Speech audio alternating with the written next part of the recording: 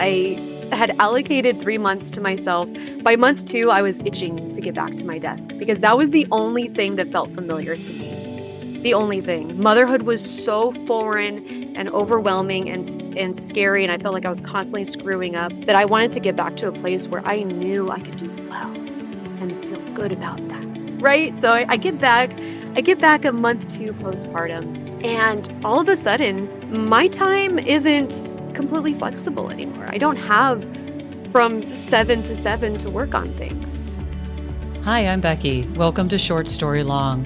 In this podcast, we discuss ways you can integrate who you are into how you lead. Today, my guest is Kaila Sachse, the powerhouse behind Umari Digital.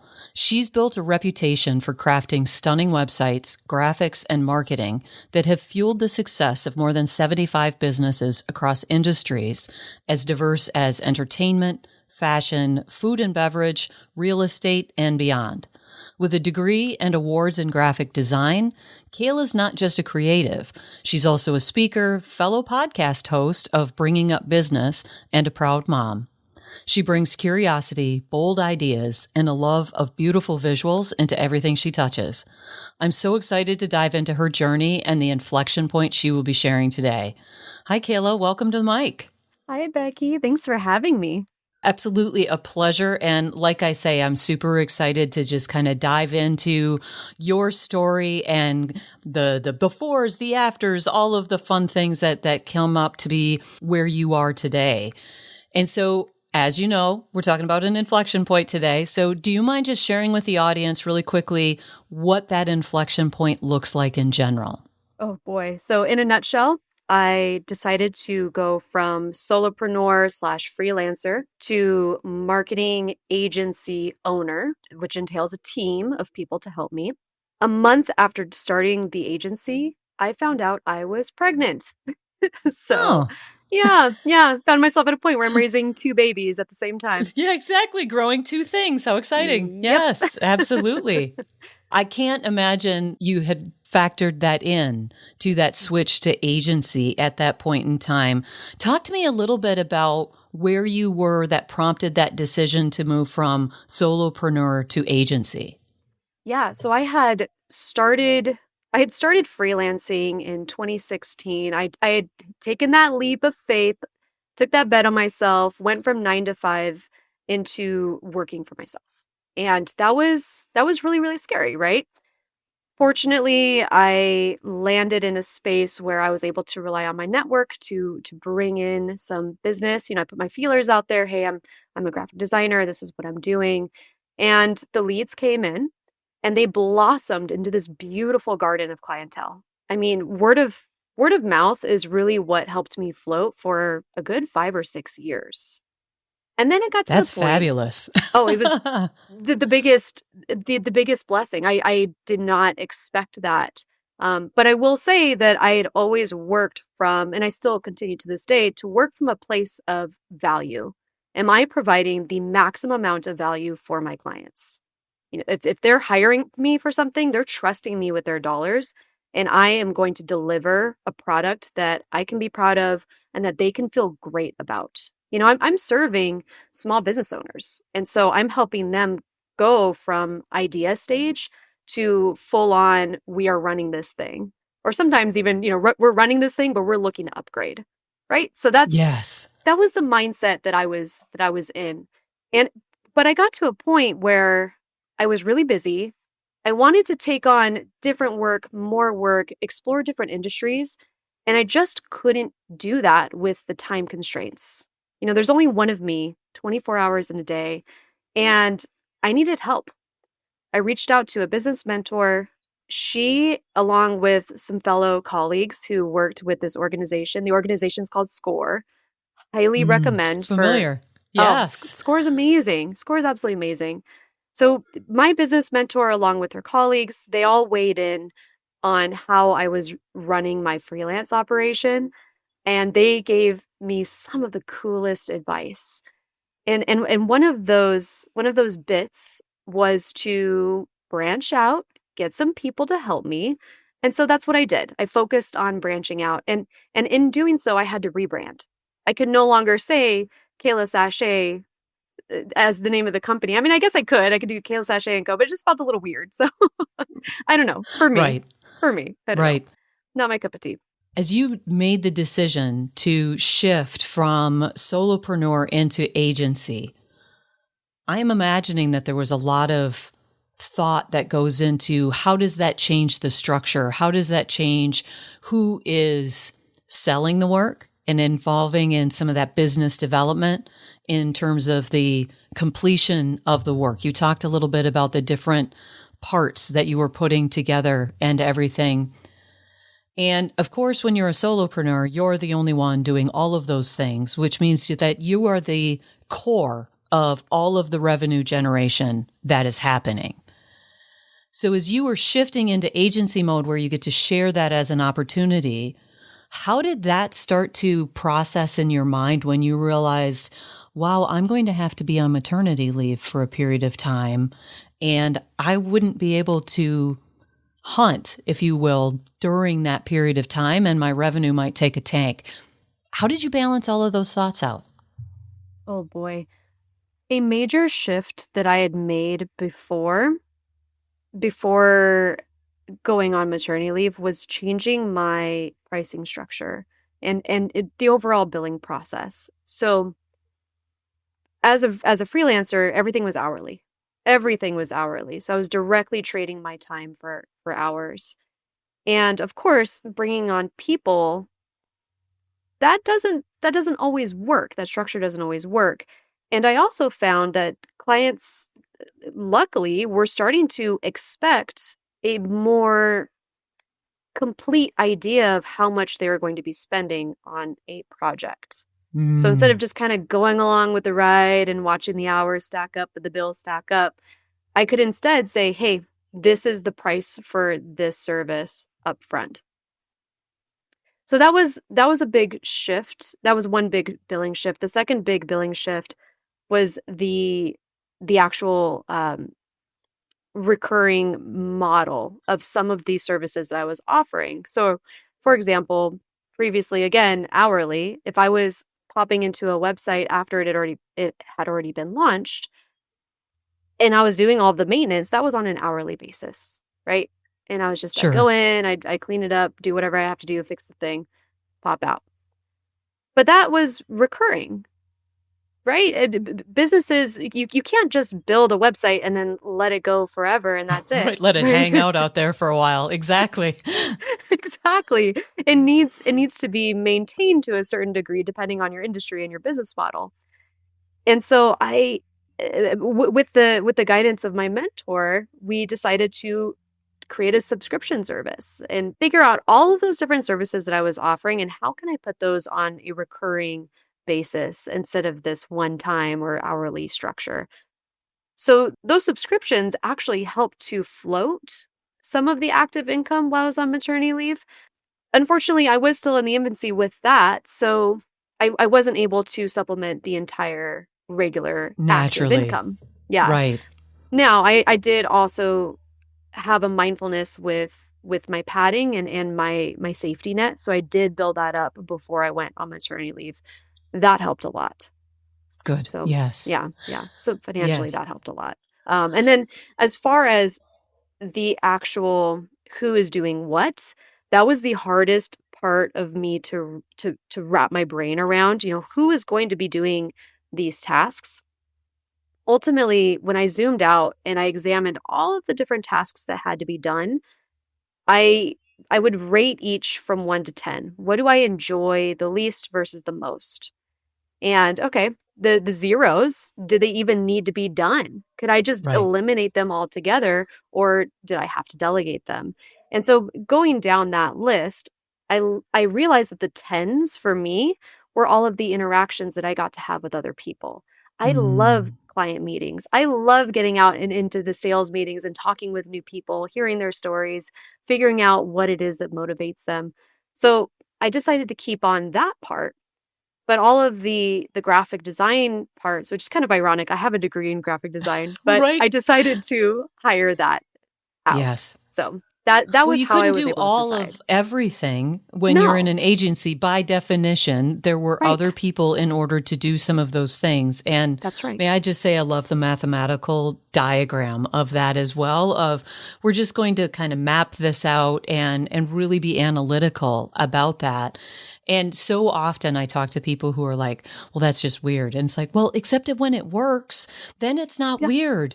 Then it actually just gives you a way of thinking about how do I manage this process?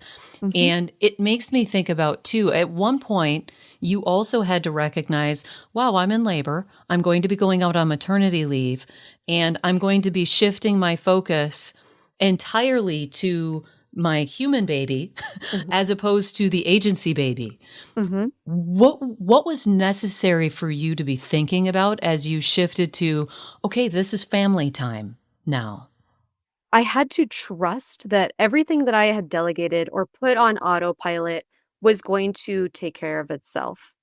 And if for any reason it didn't, look, the world is not going to explode. I will be okay. It was just this trusting and this knowing that all of the energy and effort and dedication that I had put into this business, whether it was freelance or agency up to that point, was going to pay off. Mm. Because at the end of the day, I was so dedicated and still am, obviously, to my clients that there's a loyalty there. There's an understanding that Kayla's going to come back and Kayla's still going to make sure that this is taken care of. Absolutely. And what really strikes me as you say that too is flashing back to I quit my 9 to 5 to do a solopreneur and then I jumped forward from solopreneur to agency. What I really think is powerful about what you're sharing with me, even so far, is you're talking about a couple of really dramatic and courageous shifts, right? So there's the one that's, hey, 9 to 5 or doing my thing, jump into my solopreneur and really trust in my network and grow my business that way. And then all of a sudden it's, wow, I'm ready for some interesting things. I want to expand. And so, hey, I know, how about I make another leap and I'm going to go from solopreneur into agency. Hmm. How did those two shifts feel the same or different for you? Oh, that's such a powerful question. When I was at my 9 to 5, I felt like I had maxed out all of the potential in that position. And I was at a point where I wanted to shift the way that I was living life. And that sounds, maybe that sounds a little airy fairy, but I got to the point where I wanted more control over my schedule. I was having health issues and stress issues because of that job. I just wanted more freedom and flexibility. And so in my what was it, 23-year-old brain, I was like, okay, let's let's take the leap and just go solo. I had no plan. Let's be very clear. I had zero plan, and this was kind of on the back of something major that had happened at that job, which is part of my prompting and quitting. Mm. But when I came back home and I realized like, okay, I'm here. It's just me. I don't have any boss or structure anymore. What do I do? What does this look like? That was a that was a huge shift, right? Whereas going from solopreneur to agency, I had a lot more direction. I had a lot more vision in what I wanted to Mm. do. And so that was a major way in that those two were different. Now, the similarity between the two was the unknown. Stepping out into this next new world and just not knowing what was going to happen and trusting, having that faith in myself, in, I don't know, the universe, if you will, like what's going to happen next. That faith was a huge key. Yes. Yes. You Hmm. have to believe that it's possible Yeah. in order to even step out, much less step out and make it successful. Yes. And recognizing that this is something that at least it sounds like, so you tell me if this is true or not, but it sounds a little bit like it was just something within you that was saying, yeah, this is this thing I need to do now. It Yeah. wasn't like someone pushing you to do it or anything like that. It was you hearing from the folks at SCORE, hey, this could be a thing for you. And you Mhm. saying, Yeah, that could totally be a thing. And really finding that vision, finding that plan, and then recognizing that, as plans often do, that's not going to be exactly what happens, right? And sure enough, it 1,000%. sounds like that's exactly not what happened. And you discovered that you were pregnant. How did that change your plan? Oh my gosh. It's Yeah, one. question of the year, Becky. Seriously, everything changed. I get it. I do. Yeah, it's not so much that the plan changed. I mean, other than the very practical, like, well, okay, well, what is my day to day going to look like now? It was there was definitely a shift in how I had to think about my days upcoming after giving birth, and even right before giving birth. Right, it was more so how I was spending my time in that moment. That was the major shift because now, instead of just focusing on the agency, I'm also trying to learn how to be a mom and be pregnant and give birth and all of the major milestones that happen so quickly in such a compact amount of time between finding out you're pregnant, which for me it was what, 2 months in already, which Okay. meant I already had 7 months left of pregnancy. That was it, or 7, 8 months, You're like, like wait, hold on. I was supposed to have more time than this. And like that. you say, because my understanding is that this was your first child. So Mhm. this learning curve had to be really steep. You were in Huge. this place of, maybe you had some familiarity with pregnancy, but not your own. And so going through that learning cycle, what did you notice about having to balance the growth of the agency with the growth of your baby? I think ultimately I just cared about both so much. And I still do, obviously, right? It just That's it great was to hear. yeah, yeah, yeah. I still like this thing. Yeah. But it's more so like a caring in a hopeful, almost scared, anticipatory type of way. Like I hope I get this right. There was a lot Mm. of pressure that I put on myself in both arenas. I hope I can do this right. If I hope I can build up the agency have enough bones and structure put together and ready for me so that when I jump into maternity leave and then I return back to work, I have some sort of an oiled machine. I won't say well oiled. I wasn't putting that much pressure on myself, but enough of a machine so that it continued running while I was away. And same with motherhood. I had so many expectations about what motherhood would look like. And I realized a lot of those were rooted in some sort of a perfectionism, if you will, really dangerous, insidious thinking that ended up spiraling me later on, and I had to work back out of that and rewire that Okay. part of myself.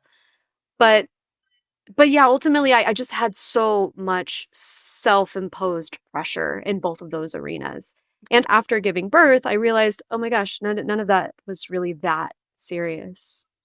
Interesting. Yeah. So when you're putting that pressure on yourself during that growth phase, during that development phase of the agency and your pregnancy, what do you look back now and recognize, wow, when I was building up that agency, there were things that I worried about that maybe were worthy of attention, but not that much concern?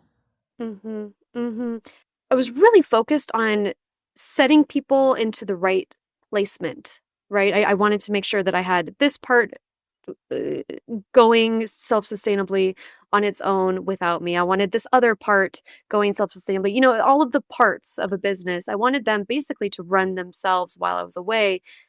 But going from freelancer to the beginning stages of an agency, that's just not feasible.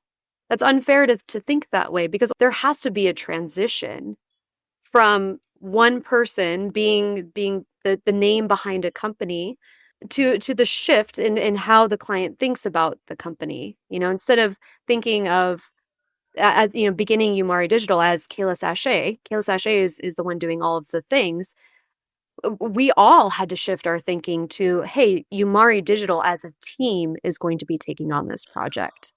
Right, right. You don't have to talk to Kayla in order to Hmm. get things done. Hmm. Some things, yes, absolutely, probably still went up to you, but you had other people in place to manage certain things. What do you think would have been a more realistic expectation of yourself in that growth phase? Hmm. I think it was a more realistic expectation of myself and of the company would be to have realized the reality of the situation. Look, my people, my clientele, they're so used to coming to me for everything, and that's okay. That's okay. That's just gonna be that's gonna have to be how it is until I am able to better structure and build up this thing. And I even had a client where I was ready to hand her off to someone while I was away, and my client was a hard no. She was like, "No, I don't even want to do any of this until you get back because I only want to work with you." And so it was that mindset, that thinking that I realized I had to honor and respect within my clients, and then I had to roll with. Right, right. What do you notice now about the contracting and the setting of expectations with your clients so that Mhm. they recognize that it's not only you and all you? It's really just a pronoun shift, I versus we, right? Instead Mm, of I will yes. I will build this website for you. I will create this flyer for you. It's a we. We will get this done for you. And the timeline, there's also an expectation too with ETA, right? So when I am in full control of a project and I'm the only one working on it, the ETA can actually be a little bit faster, right? Because I am able to bend over backwards to make something happen. Whereas when I'm handing it off to somebody, I have to be reasonable and say, hey, that other person needs a lead time. And I need to give them that respect of having enough time to be able to do this project in a way that feels good to them too. Because it's not just me, it also has to feel good to them. Yeah, yeah. And Kayla, I know that a lot of my listeners are, within corporate environments. They're not entrepreneurs like you and me. And the parallel that this really makes me think about is this idea of becoming a people leader within your Mhm. career where, and especially when you said, I no longer say I say we. And also my timeframes need to shift. And it Mhm. becomes this whole balance of, right, I can't just pull an all-nighter to do this for this client or, and that might be an internal client, might be an external client from a people leader perspective in a corporate environment. And that can be such a difficult transition to be able to articulate that to someone else that and say, look, it's not just me. I'm Mm. relying on other people. And maybe you don't even want to say, hey, having a team kind of slows me down because it's not actually that, right? It's Right. we have more capacity to do more things, but sometimes things take longer because we're making sure it's the quality that we believe is right for you. That's right. What were some of the important things that you learned through that transition? Mm. Ultimately, the value of my own time and my Mm. own boundaries and expectations of how I feel good about using my time. In the very beginning, after I came back from maternity leave, which by the way, I cut it a month short. I had allocated 3 months to myself. By month two, I was itching to get back to my desk because that was the only thing that felt familiar to me. Mm. The only thing. Motherhood was so foreign and overwhelming and scary, and I felt like I was constantly screwing up that I wanted to get back to a place where I knew I could do well and feel good Yes. about that. Right? So Yes. I get back a month two postpartum, and all of a sudden, my time isn't completely flexible anymore. I don't have from 7 to 7 to work on things. I have to Right. split that. I have to split that with my son. I also have to honor my husband's schedule. He works from home as well. He also has his own Okay. business. And so we found ourselves doing this dance of trying to get all the things done. And then ultimately, I did for the very first time ever in my business, I set desk hours. And I said, "Okay, these are the set pockets of time that I will be at my desk. That helps me know exactly when I can schedule meetings months in advance because they will always be the same desk hours. That also starts to build an expectation from my clientele over time. They realize that if Hmm. they email me on a Saturday, I'm probably not going to respond. Or if I do, lucky them, right? But Right, I'm right. This is an off norm kind of thing, and you shouldn't be expecting exactly, this forever. Yes, yes. exactly. So ultimately, honoring my time and respecting it, that was a brand new concept for me that I got to learn through all of this. Yeah, and such a powerful thing to recognize, which is I can't be everywhere to everyone all the time. And I need to Hmm. make sure that, and the phrase that I use all the time related to this is that we train people how to treat us. That's And right. so when you were a solopreneur, you were training people and your clients that you were available to them whenever they wanted to reach out to you, to, I'm sure, some limited, Yeah, right, kind yeah, of yeah. degree as well, but not as structured, not as planful as what it sounds like you're continuing even now to do and started at this stage. And the importance of that shift and that recognition that it's not all me. And yet, like you were saying, you're also learning to be a mom at this Hmm. point in time. And that too is a big shift. I think I've said this before, maybe on the podcast. I know I've said it to my family and friends. Never have I ever heard anyone say, wow, parenting was exactly what I expected it to be. Right. Never. Never have I heard that. And there's all this planning and all of these expectations that I've heard people do. And now I've learned to say, yeah, I think the baby will really probably dictate how all of that stuff goes. Some people hear me and they're like, oh no, we've got a plan. And I'm like, hey, good you. We'll see Yeah. how that goes. Right. Yeah. So talk to me a little bit about that experience, particularly while you were trying to grow the agency as well. Absolute madness. So normal. Exactly. I had a really hard time with the immediate postpartum period, which they nicknamed the fourth trimester, the first 3 months Mm, after birth.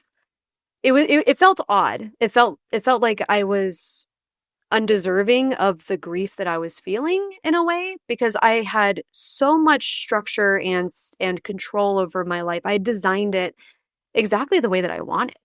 I really took so many different steps in order to line up my personal ducks in a row and my career ducks in a row, and I felt so good about all of those circumstances. Had an excellent pregnancy. Had a relatively smooth birth, aside from some pushy hospital staff. But I'm a that'll happen. Sagittarius. Yeah. I'm a fire sign. We don't tell me what to do. I'm the one who runs the show here. I will decide. Thank you. Yeah. Okay. I love it. Exactly. Exactly. Very intrinsically motivated, fueled by integrity. So, I have all this smoothness in my adult life that was so very intentional, but we faced a ringer 2 weeks before I gave birth. My husband's best friend had passed away Oh, I'm sorry. out of the blue. It happened pretty quickly over the span of a month. We went from, hey, here's John. He's in the room with us. We're all laughing together to, wow, John's no longer with us. He's gone. Mm, That's it. So I felt like my husband and I were on two separate islands in that postpartum period. He was he was knee deep in he was neck deep in grief. And I was neck deep in motherhood. The breastfeeding, the staying up with my kid, the healing, the physical and the yes. mental healing.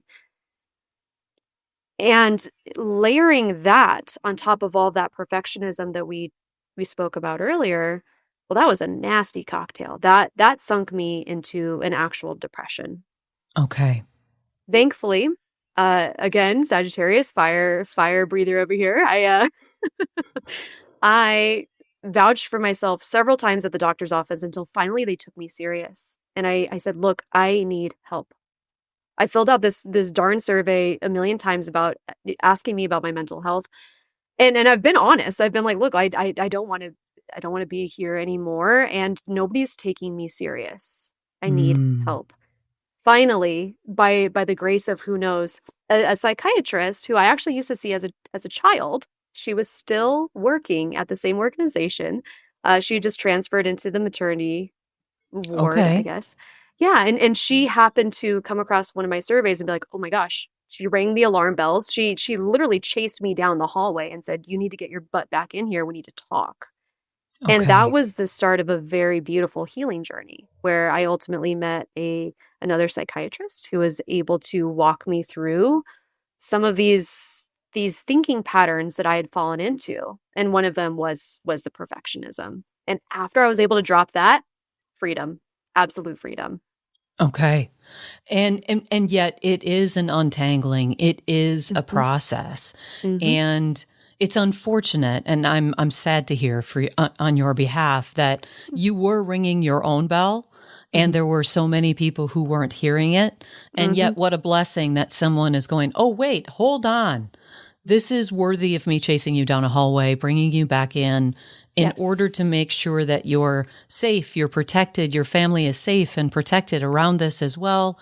And let's find our way to unravel everything that's been tied up into knots."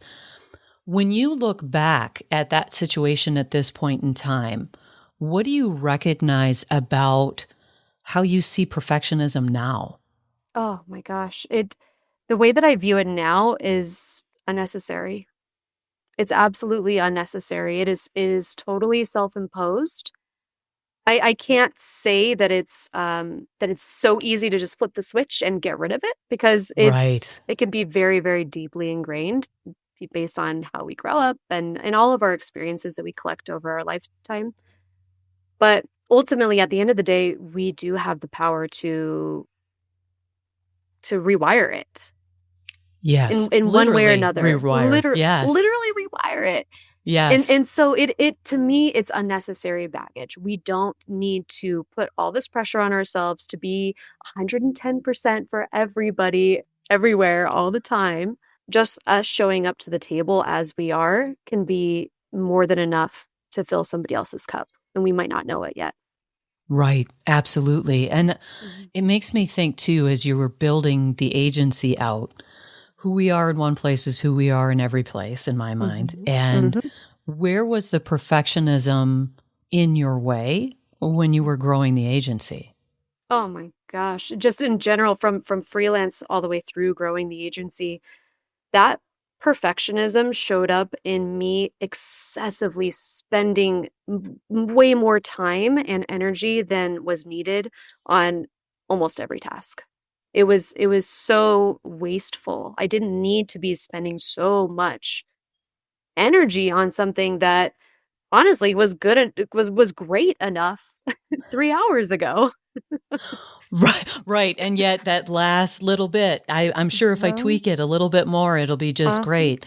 Uh-huh. And I'm sure that people are really interested, right? In terms of, yes, it's a rewiring process and a letting go of some of these beliefs that we've accumulated over time Yeah. that keep us in this belief of, oh my goodness, it has to be perfect or else I'm not good enough kind of Mhm. thing, Mhm. as one iteration anyway. I'm curious, what were some of the strategies that you learned to use as you started to unravel this and became less focused on perfection? Mhm. One of my favorite strategies, and this applies mainly to business, when I'm in the middle of a task, right? I just do a quick check-in. Hey, where are we actually at with the progress on this task? Do I just think that I'm at 50% or is it really at 95%? How much more does this task actually require to be able to send it off? Hmm. So that's the first one.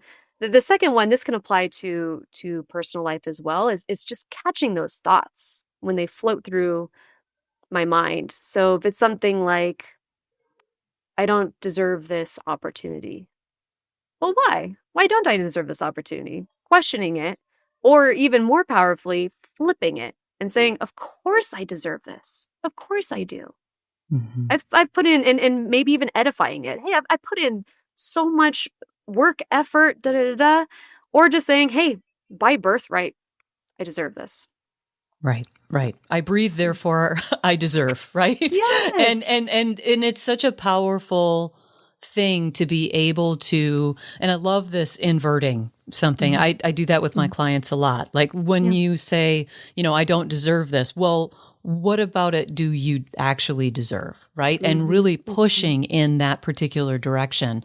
Mhm. And so sometimes those negative thoughts, if we invert them and try to justify the opposite, we start to see it in a different way and we think, oh, yeah, okay, so that was totally made up. I can let that go now. And, maybe we're a little sheepish. Sometimes we're really excited and enthusiastic. And sometimes we're thinking, why do I have to do that all the time? The other one, though, I'm really curious because I would expect that this takes a bit of practice. This whole idea of, am I really 50% done?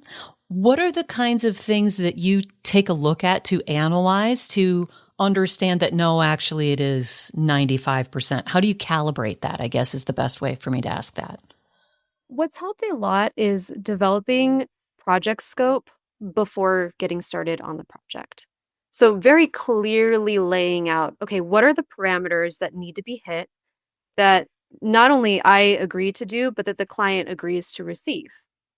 And sometimes laying out that scope can do a back and forth negotiation process until we land on a final scope of work that we both love. And that black and white really helps to lay the tracks for the actual project. So it's really easy when, say, we're in the middle of a website. Website projects are huge. There are so many different moving parts. But if I go Yes. back to the scope of work and I say, okay, well, we just need an about page, we just need a contact page, we just need the home page, whatever. And this is what needs to be on each page. Well, I can look at the website, I can use my eyes and look at it and say, are these things on the page? Yes or no? Yes, they are. Great. So me fiddling with the tint of this teal color is just wasting time. Right, right. And yeah, it's a difference without a distinction kind of thing. And it becomes an opportunity where if the client wants to tweak the teal, but if the client is ecstatic with where it is already, then what's the point of spending another 3, 5, 10 hours playing with all the different color variations, right? And yes, I Exactly. can absolutely see that. And you know, this isn't, again, it's not just in an entrepreneurial space because Mm, often there's often fuzzy, ambiguous, regularly changing. That's also true in the entrepreneurial space. However, even in a corporate space, I mean, even in your prior 9 to 5, mhm. I'm sure that there were moments there that you were going, okay, so this is the expectation. And you were, just to use it as the metaphor, tweaking the teal in some of those things as well to make sure that, oh, well, I want to make sure it's the best that it can possibly be versus we're going to meet the expectations and then we know that we'll take a look at it and get feedback about it. And being Absolutely. able to iterate can be such an amazing piece of it. Absolutely. When you look back on that decision to switch to agency, the recognition of, I'm going to have a baby, and that's exciting and also terrifying at the same time, right? Because really now, it becomes so much happening all at once. Mhm. And now you have a bit of distance from that time. What do you see? I mean, we talked about the perfectionism, but what do you see different about the way that you manage some of the decisions that you make at this point? Hmm. I think I tread more lightly and more softly, more gently, both on myself, with my team. I do still have expectations of, if someone says ETA is by this date, I will follow up. I will be a project manager in that way. But if someone says, "Hey, sorry, I am really sick right now. I just can't do this thing." Or, "Hey, I'm having an off day. I'm feeling funky. I don't know if I should be taking this on." There is a lot more grace in that space that I'm able to hold. Whereas before, I think I'd be a bit more sharp, a little too sharp with Mm. with managing people. And now I think about leadership and working with other humans. in a more realistic way, really. I mean, we're all human. We have our moments, and I prefer to roll with them instead of steamroll over them. I think that's a very important distinction. And there is such a power in recognizing the humanity of someone else, whether they work for you, whether they work near you, they might provide a service to you, Hmm. whatever that might be. We don't know what kind of day they're having until they That's right. tell us. That's right. And it's so important to recognize that when we give grace, we're more likely to get it back when we need it as well. And it's such a powerful thing to be able to recognize that connection as part of the value. So I'm just thrilled beyond like my HR, my coach heart, like all the hearts are very happy as I hear you talk about that. And, as you look forward now, what are the big things that you're looking forward to with the agency, with being a mom? Hmm. Just continuing to grow at at a gentle pace. Before I had these huge visions. Okay, I want to do this, and I want to have an office, and I want to have this huge team. And now I'm like, you know what? I really don't care so much about all of these Mm, extrinsic things, all of these accolades, and having a certain certain numbers, hitting certain numbers. Now I more so value how my day went. How was my day going? How was it today? Did I enjoy it? Did I get to laugh with my kid? Did we get to yeah. make a little memory? Like those are the true values to me now. Just those Yes. connections. And same with my husband. Did we giggle today? Do we Yes. connect? Do we have like human to human moment, or are we like both in robot mode, robot parent mode? Right, right. These are the tasks that must get done. Just Hmm. going to toss them back and forth versus let's be connected while we do this. And Yeah. really, it sounds like that's true within your agency as well, that you want to be connected to the people and maybe even giggle with them a little bit as well. And, it's just really inspiring to hear how what might have felt like a really big challenge, and certainly objectively big challenge, is where you slid into that and you kept on learning and kept on trying to find your way to that next step and Yeah. getting to that next place, being sincere, being honest and straightforward with yourself about Mm. that. And I guess, Kaila, as we've been talking here, I'm wondering, is there anything more that I didn't ask you about that you'd want to make sure that we had a chance to talk about, or any other things that you would want to discuss? At the end of the day, what I want people to know is that life is so precious. It's just so precious. And maybe this is more of like a takeaway than it is a question for Becky. Okay. I think it's so easy to slip into our day to day and think about the problems that we're facing, the problems of the world, and get caught up in that. And this isn't to discount the very real issues that are happening, right? Indeed.